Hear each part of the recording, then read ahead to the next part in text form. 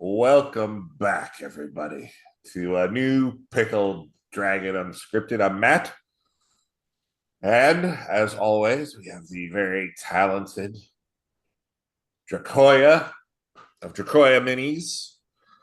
Hello. Hello. And we have a new topic today, but before we start, as always, we have to inquire as to Dracoya's beverage of choice. Okay, so for those of my friends who are interested in wine, I have picked up Mayomi. It's a really great Pinot Noir. Well, this one's a Pinot Noir, but I really like their wine. I've had tabs by them, and now I've had their Pinot Noir, and I really enjoy it. It's light, it's fruity, it's got like a lot of notes of berry and oak, and I don't know. I'm really into it. So this is one of the good ones. Yay! All right, all right. What All about right. you? I'm going quintessentially Scottish with Alexander Murray Highland single malt Scotch whiskey. It's not the best stuff, but had to give it a try, and I accidentally poured myself two fingers instead of one. So we're in for a good night. It's gonna be a good video, guys. Hold on to your dice. Okay, so we have a topic tonight. One that I think's been going around a little bit here and there. I've seen people talk about it, and I didn't really pay much attention to it. But I finally took the time to read the rules, and it was like a punch to the stomach. With the and we're talking about the new Bastion rules in the new Dungeon Master's Guide. And I have seen nothing but praise from all of the usual suspects who get the free copies and everything. Hello. Uh, but uh, for me, like I will clarify what I think of who I think this is for, but for me, I think they are god awful. Like it's like, have you ever seen those like you're on your phone and you get all these ads for those little handheld app games, like Yeah, oh, yeah, oh, yeah. we need you have to have build a base to keep the zombies out, and you just need to go around collecting stuff and build your base, right? uh Yeah. that's what it reminds me of. Hi, Like, baby. you know I I don't disagree with that comparison. I don't. But I don't completely hate the idea. Do you want to come up? well, I I don't completely hate the idea of it. It very much to me seemed like a side quest. The only thing is it just felt like it was very unfinished. I it was unfinished. I feel like it was the Bastion system, and we're about to go into details here in a second. But I feel like the Bastion system is designed for that low attention span, low maintenance, power gamer, power Yeah. gamer, and It felt like a side quest, and it felt like it's unfinished. And I like how you said power gamer, because I like aspects of it. I don't like a lot of aspects of it. Like for example, oh, you can just go back to your bastion and then you can have like a little meditation room and then you get, +1 on your saving throws. And I'm like, no, you're already stacked to the nines. Like it just feels like this world is very much built to where nobody ever has to hear the traumatizing word no. You just get everything that you want. You want saving throws? No problem. Did your character die? Oh, we'll just, spend a little bit of coinage and we'll have him reappear. oh, Zuko, yeah, you know, I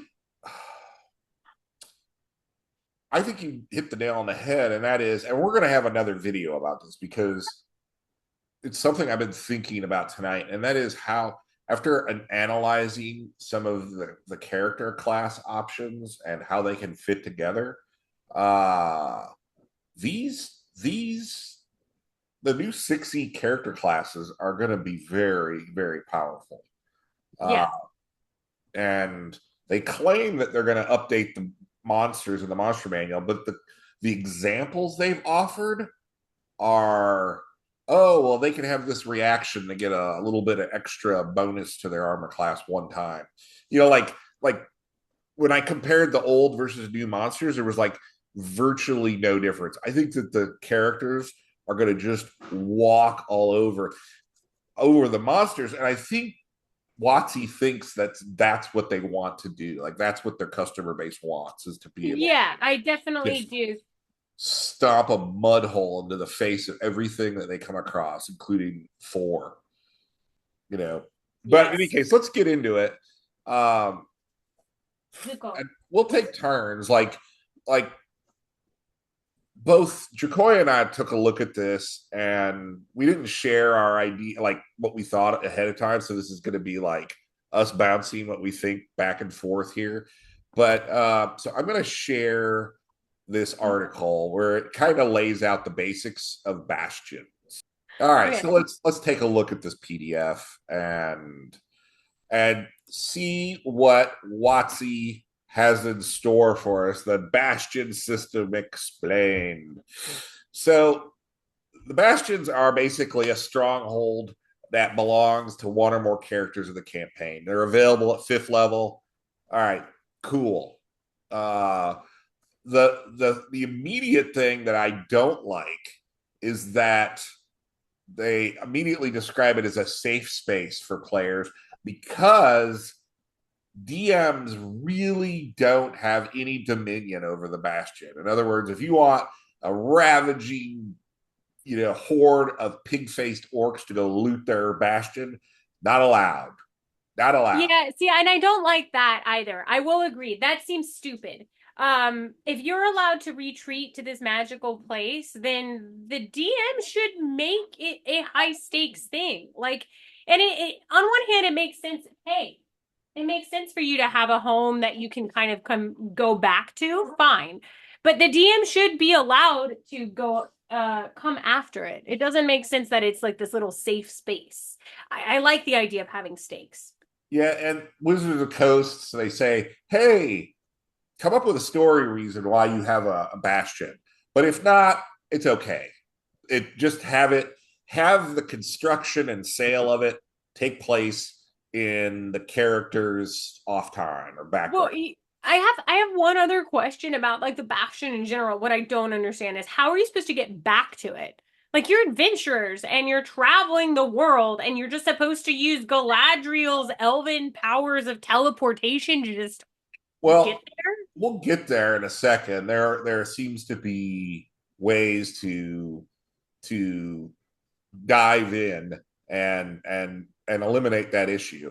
Um, so you basically get once a week you can give like an order to your Bastion, craft, empower, harvest, recruit, research, like you could once a week tell them to do these things, Go get ball. and all of them give you stuff, whether it's a week long bonus to your stats or money or whatever. All of this stuff can is basically a net positive. Cool. Once a week, you can roll on this chart, and you really don't even need the DM. Like they say that the dungeon master rolls a random event, but really you don't even need the dungeon master. You roll the event, and you just Why? The dungeon master can't even freaking do anything. What does it matter? yeah. There's like a couple bad things in here. Yeah. Like you get attacked by bandits, and you can lose a Bastion defender for every one you roll on your D6s. So it's like you don't even really roll out the combat. You just like roll some D6s. Oh, I lost a few guards. We're done. Okay, Yeah, that's exactly. fine. There's no stakes. Yeah. I mean, you get friendly visitors coming over to give you stuff. Unique benefits that you get for it. There's it's largely positive stuff. Some of the worst things that can happen is nothing can happen, right? Yeah. Yeah. So we have this once a week deal. I don't know what you think of this. To me, it's very contrived. Again, That's I you don't like the idea of it, but the way that they're playing it is just so. Easy. You don't even need like your Bastion gains a random art object or magic item on a 99 or 100. Yay! Right. Our Bastion just found this. Okay, cool, cool, good for you. So you can have some basic facilities, cost some money to have different sizes and And what. I kind of like that concept. Like, I like the idea, and maybe this is just, me as a female gamer. I like nesting. And so I like the idea of building my little imaginary home and the idea that my character starts off as a level 1 and the DM's like, well, you own a hut. All right, is there a bathroom?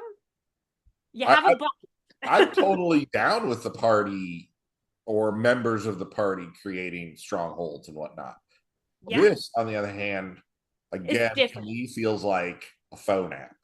Well, especially Like, when the DM can't attack it, it's in no danger, and then it generates all of these magic goodnesses and all of these resistances. It's like, yeah, I mean, you literally don't need this literally could be a phone app. The way it's structured, you just like once a week you get on there and you do your thing, and then well, and I really think that's kind of where WotC's been heading anyway. I'm waiting for the news where any day now WotC is like, oh, we're partnering with so and so game industry company so that we can create a video game. I'm just yeah, waiting for it. you'd have an armory building stuff for you, a barracks to get more Bastion defenders. Uh, you know, Yeah. I'll come. I got to keep moving because I'll get off on my tangents. Okay. What's this? A garden? You can harvest stuff for healers kits and whatnot. And I thought that was kind of cool as long as it doesn't harvest things too often. I think that's kind of cool. I think it's once a week. I think, right? Plants don't grow that fast. No, I'm sorry. That's Your highest but 21 days to alter. Okay. Well, I think you have to pick one, and then it looks like you can alter it over 3 weeks. yeah, it's kind of like Dragon Age. So another video game.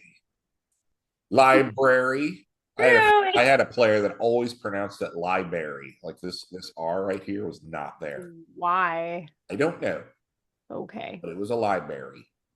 So we have a sanctuary for your priestly types. Mm-hmm. You can do your healing word and whatnot. Oh, you could wait. You could if you spend a long rest in your bastion, you gain a charm that allows you to cast healing word once in the next 7 days without needing a spell slot. Well, see, there we go. You don't even need a healer anymore. Who cares? Like, the rules are arbitrary, and so are the classes.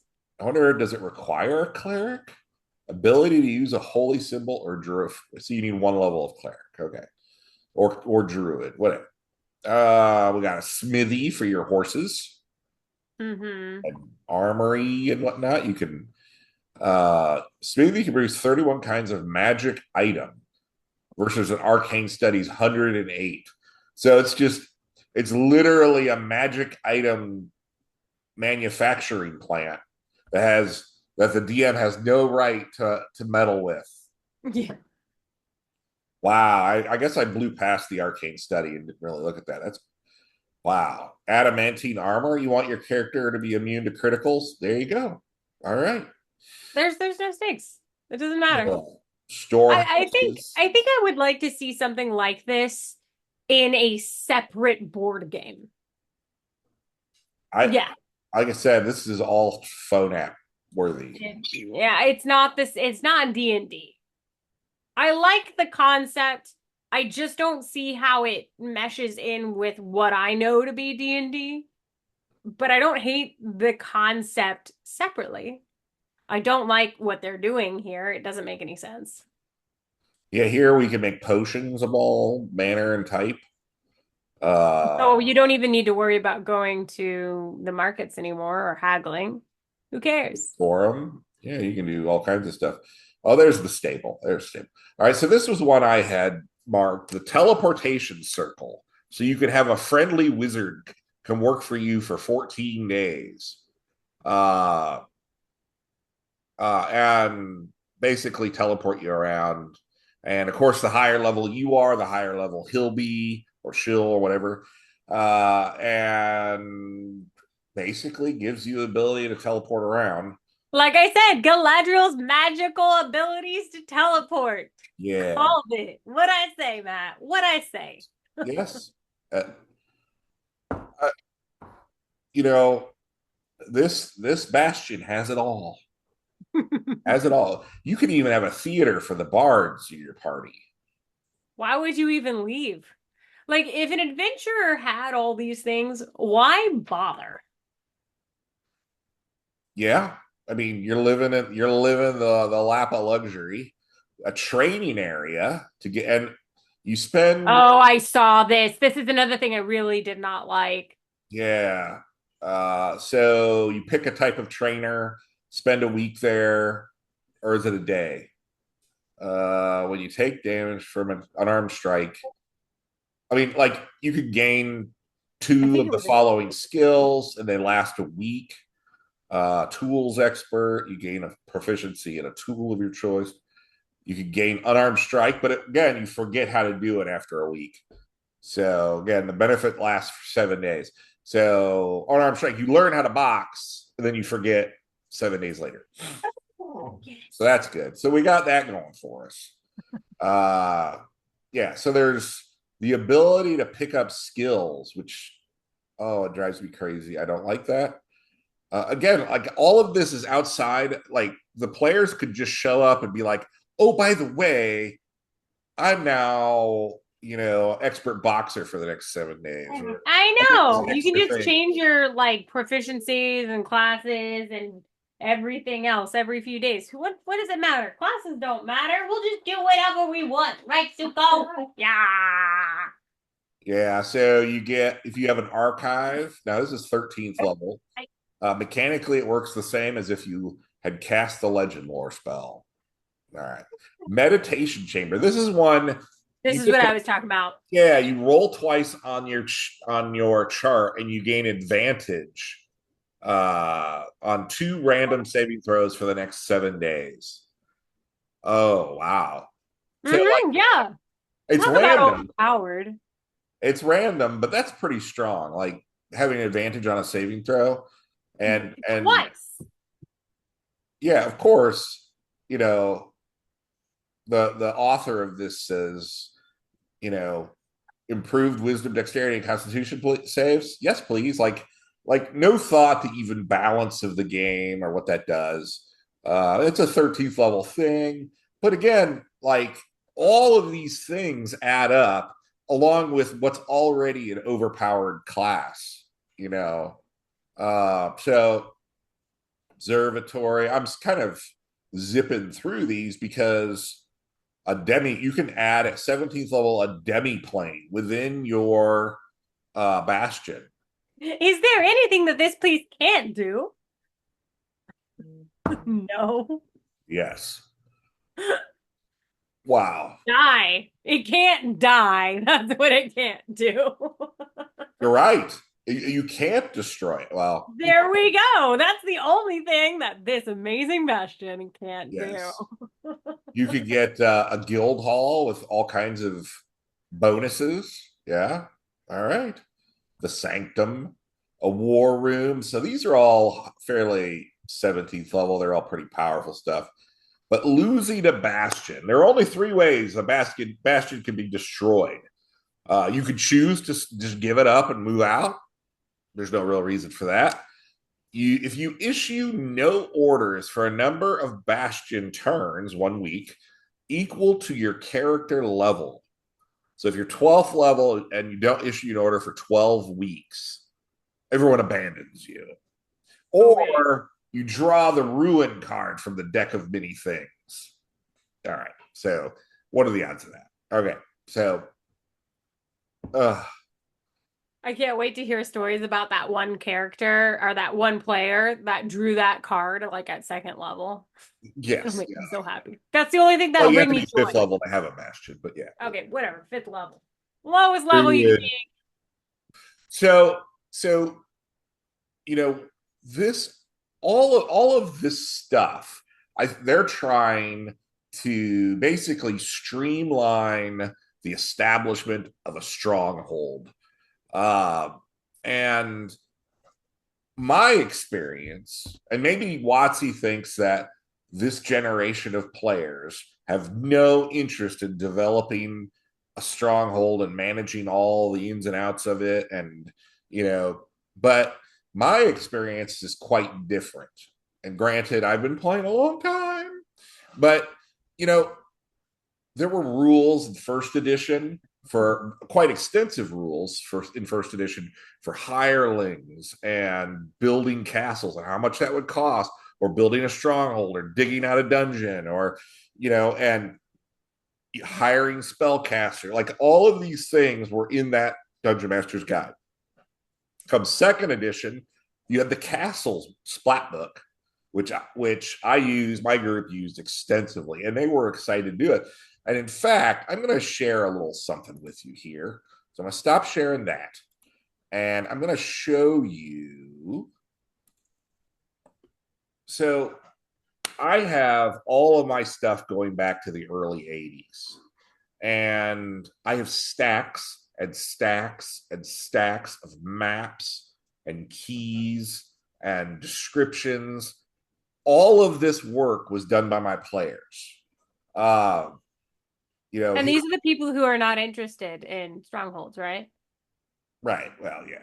So this particular one was built with the castle splat book, and you could see that they had all of their hirelings and the different facilities that they built within the keep. Uh, Here's another one. This was a tower, just a needle tower. He even drew a little Little airskin bear rug. rug. That's so Yeah. cute. I love that. So yeah, I mean, and again, this is all the players' work. I didn't have to do any of this. Uh, this one was the dungeon level for this keep or tower that was underneath this picture right here. Uh, Yeah. and there was devious lurking was the party wizard, and so devious's wizard lab was right here. And for some reason, he needed dungeon cells Why for not? all the miscreants in a treasure room and whatnot. So he was down with it. Uh, but here, this is a Wow. well-known old school map. This is the village of Hamlet that was repurposed for a game that I was running. They called it the village was called the Village of Milan. And if you know anything about the old school game, Temple of Elemental Evil or Village of Hamlet, you'll know that this castle right here was unfinished, so it was just dotted lines. There was nothing on this plateau, and my players used those splat books to build everything. Tower out here, and you know, again, this was all them. This was 100% the players. Like, why do we need this phone app?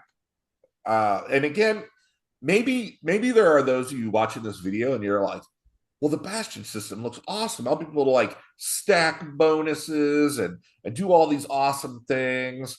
And maybe you had no interest in all the bookkeeping that creating these keeps and whatnot would require. But man, my players loved it. And they went so far as to name all their hirelings. They had personalities for them all. They went all in when creating their little castles and keeps. They even took some of their hirelings on adventures with them. And it was very costly for them to lose them because, like if you were going to hire a first or second level wizard to help you apprentice, it's not at least in my games, it's not somebody you just go down to the corner store and like go to labor ready and hire off the street. No, not everyone's built to be an adventurer in the Yes, Dungeons and Dragons world, at least in my games. Yeah. And adventurers not are to rare. mention, they're so rare. And then not to mention, when you're that lower level, you're so squishy. So I actually had a campaign where I had a what were we? I think we were like fifth level, and we brought along this like third level little character, and he was so adorable, and no one really trained him. So he was always like two levels behind us. And then one day he died, very tragically. It was very sad.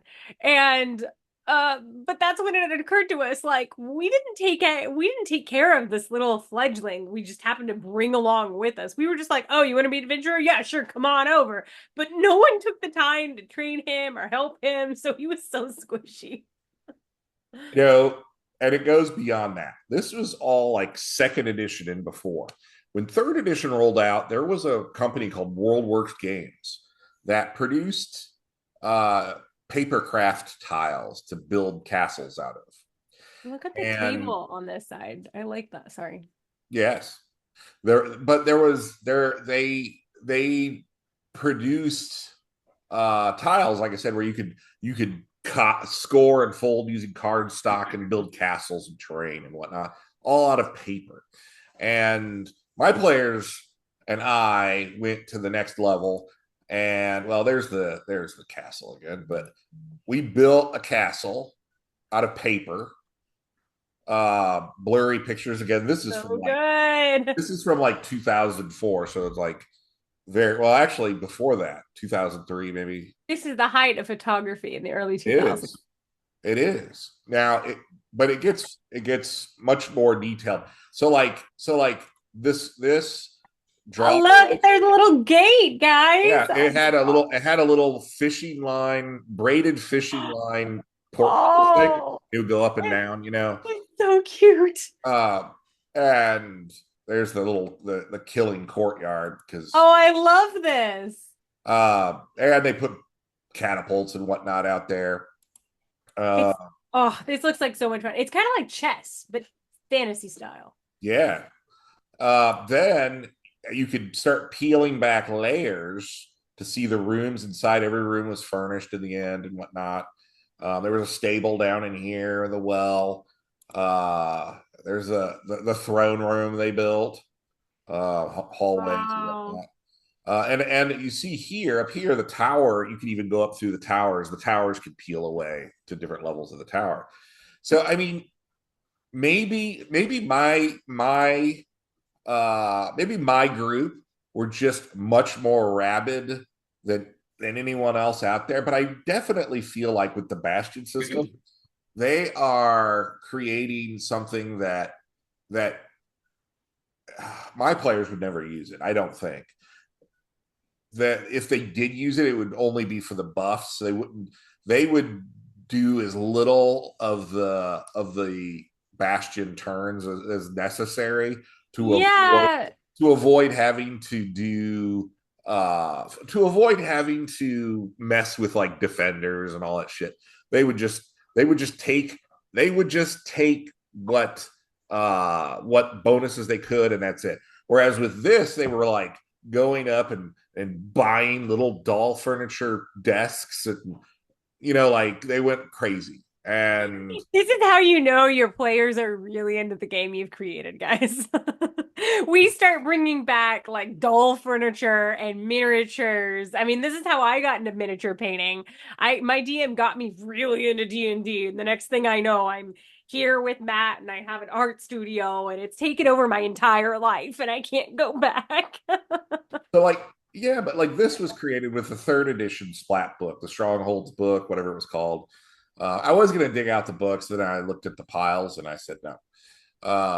But Another time, Matt. Another yes, time. We can have another video. If you guys want to see more details of what the original Stronghold rules looked like, let us know in the comments down below and we will be happy to give you yeah, all the details. yeah, I'll put stuff out there. There You know, we it's, it's, go. it's I feel like WotC is saying you gamers are nothing but a bunch of chumps, and Yeah. you're going to take whatever we feed you. Yeah. And so here is a half-baked, harebrained idea for a Bastion system where you can have a safe space that the DM can't touch. You know how many times this castle right here changed hands between the enemies and the party? It was like 3 or 4 times. So it was a center of conflict for the party, and it was always reflected the degree to which they inserted themselves into the affairs of the villains, right? And yeah, yeah. And the same with the second edition and first edition guys too. But Uh, that's what the way it's supposed to be. And I'm not going to lie to you, Matt. I'm looking at your castle and hearing your story. And I got to say, it's now like on my fantasy game time bucket list. I have got to play a game like that. That sounds like yes. so much fun. I've And always now wanted there's to like learn. awesome terrain tiles and stuff. You don't have to spend hours upon hours folding and scoring cardstock, which I did. Well, Uh, and I have a 3D printer, so I'll happily just print things out. but then you have to paint it. Whereas this stuff, you print it out, it's printed that color, right? Although I have heard they have like they're working on 3D printers that can do color now, like different colors. Oh yeah, we've had those. But that's a different video where we talk about 3D printers. All right.